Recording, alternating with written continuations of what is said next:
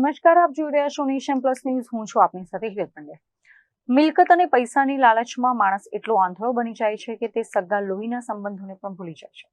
આવી જ એક હૃદય કંપાવનારી અને ચોંકાવનારી ઘટના નસવાડી તાલુકાના કવાંટના ખાટિયાવાડ ગામમાંથી સામે આવી છે. વડોદરાના કલાલી વિસ્તારમાં રહેતા વિજય રાઠવાના પિતા રેલવેમાં નોકરી કરતા હતા. પિતાને રેલવેમાંથી ₹25 લાખ મળ્યા હતા, જે રકમ 4 ભાઈઓ વચ્ચે વહેંચવાની વાત ચાલી રહી હતી. આ જ મિલકત અને રૂપિયાના હિસ્સા મામલે વાતચીત કરવા માટે વિજય રાઠવા વડોદરાથી પોતાના ભાઈઓને મળવા માટે કવાંટ આવ્યા હતા. ખાટિયાવાડ ગામમાં મિલકતની વહેંચણી બાબતે ભાઈઓ વચ્ચે બોલાચાલી થઈ હતી અને આ વિવાદ એટલો બધો વધી ગયો કે વિજય રાઠવા પર જીવલેણ હુમલો કરવામાં આવ્યો. વિજય રાઠવાને બેરહેમીથી માર મારવામાં આવતા તેમના માથાના ભાગે ગંભીર ઇજાઓ થઈ હતી, જેના કારણે ઘટના સ્થળે જ તેમનું કમકમાટીભર્યું મોત નીપજ્યું હતું.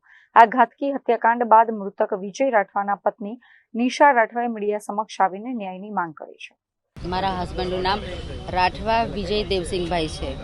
મારા જેઠ રાઠવા હિતેશ દેવસિંહભાઈ, એ રહે છે ડભોઈ. અમે અહીંયા ચાણક્ય નગરીમાં રહીએ છીએ. તેમને એવું કહ્યું કે પપ્પા રેલવેમાં નોકરી કરતા હતા, પોલીસમાં હતા પપ્પા, તો 25 થી 30 લાખ આવ્યા છે એવું કે છે. મારા જેઠે પૈસા જોઈએ છે, મારા ઘરવાળાએ ને હું પૈસા નથી જોયા, અમને કંઈ ખબર પણ નથી, પણ એ સાથે રહેતા એટલે એમને ખબર છે. તો કે આપણે મમ્મીને કહીએ, ચારો ભાઈના મેરેજ થઈ ગયા છે, તો જે ઘરનો હિસ્સો છે, બધું મિલકત છે, એક સરખું બધાને ભાઈએ ભાગ પાડી આપ, એવું કહેવાનું હતું એમનો.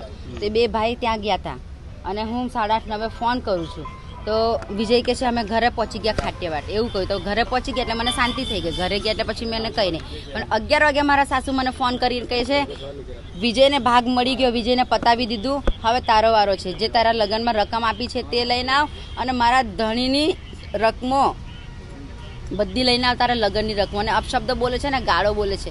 એટલે મારા સાસુ અને મારો દિયર ઉમેશ ઉર્ફ બળવંત અને દરિયાબેન, એ બે થઈને મારા ઘરવાળાને પતાવી દીધો છે. અને આ ષડયંત્ર છે. હવે આમાં વધારાના પણ માણસો હશે, એ પણ મને ખ્યાલ નથી કોણ કોણ છે. મિલકતને લઈને ક્યારથી વિવાદ ચાલતો હતો? 2-3 વાર કંઈક થયું હતું આ લોકોનું, પણ મારા ઘરવાળા કંઈ નહીં કીધું મને. મિલકતમાં શું છે? પૈસા છે, 25 થી 30 લાખ છે, મકાન છે, ડભોઈ વાળું ઘરનું છે અને ખેતર છે. ખેતર કેટલા વીઘા છે એ મને નથી ખબર. ઓકે, તો પહેલા કોઈ ઝઘડો થયો?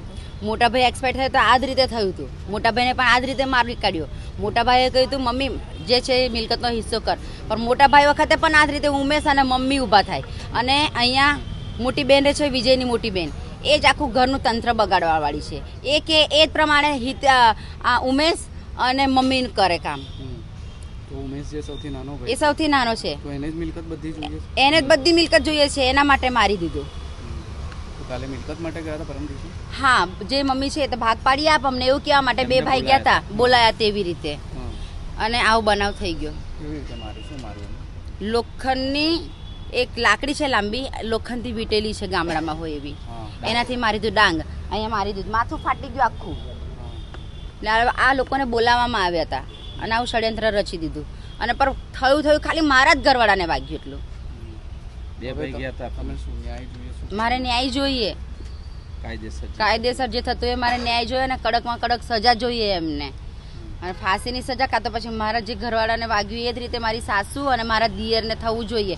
અને મારું ભરણ પોષણ જોઈએ. મારા 6 વર્ષનો છોકરો છે, હું ક્યાં જાઉં કમાવા? મારા વિજયને તો પતાવી દીધો, હવે હું કમાવા જાઉં કે છોકરું રાખીશ? મને તો રોડ ઉપર લઈ આવ્યા આ લોકો, હું શું કરું હવે? મિલકતમાં શું? મિલકતમાં કે હવે આપણે જમીન છે એ 5 વીઘા છે. ભાઈ 4 ભાઈ છે. અને જે પપ્પાનું રિટાયર થયેલા તેનો હિસાબ કેટલો છે એના માટે રેલવે પોલીસમાં હતા. કેટલા મળે રિટાયર પછી? એ ખ્યાલ નહીં, બધું એ જ હેન્ડલિંગ કરતો હતો. અને એને એ જ પૂછવા ગયા હતા કે કેટલા પૈસા આવ્યા, કઈ વાપર્યા, એનો હિસાબ લેવા ગયા હતા. અને આવું કરી નાખ્યું. મમ્મી પપ્પા એમની સાથે રહેતા? પપ્પા ઓફ થઈ ગયા. મમ્મીને કહીએ તો મમ્મી કહે અહીંથી કશું નહીં આપવું, અને અહીં ડભોઈ જે મકાનમાં રેમ છું ને ત્યાં મકાન ખાલી કરાવે છે, ત્યાંથી એ ખાલી કરી દે ને અહીં હોય કશું મળે નહીં. એટલે એને આપવું જ નહોતું. અને એટલે પેલાને એટલાનું નાનાને એટલું જ આપવું હતું. 6 વર્ષ થઈ ગયા. 6 વર્ષમાં અમે જો 10,000માં ઘર ચલાવીએ તે એને તો જે આખું પેન્શન ઘરે બેઠો બેઠો ખાય છે. 6 વર્ષમાં જે ખેતરમાં પાકે તે જાતે બધું પૂએ ખાઈ જાય છે. તેનો હિસાબ લેવા ગયા હતા. પત્નીએ સનસનીખેજ આક્ષેપ કર્યો છે કે આ હત્યામાં તેના દિયર ઉમેશ રાઠવા અને સગી સાસુ દરિયા રાઠવા પણ સામેલ છે. જોકે મિલકત અને જમીનના ભાગ પાડવા મામલે માતા પણ ઓરમાયું વર્તન રાખતી હોવાના આક્ષેપ મૃતકના ભાઈ હિતેશ રાઠવાએ લગાવ્યા છે. જોકે હાલ પોલીસે આ મામલે ગુનો નોંધી આગળની કાર્યવાહી હાથ ધરી છે. કેમેરામેન નવનીત પરમાર સાથે Chirag Patel, Nation Plus News, Vadodara.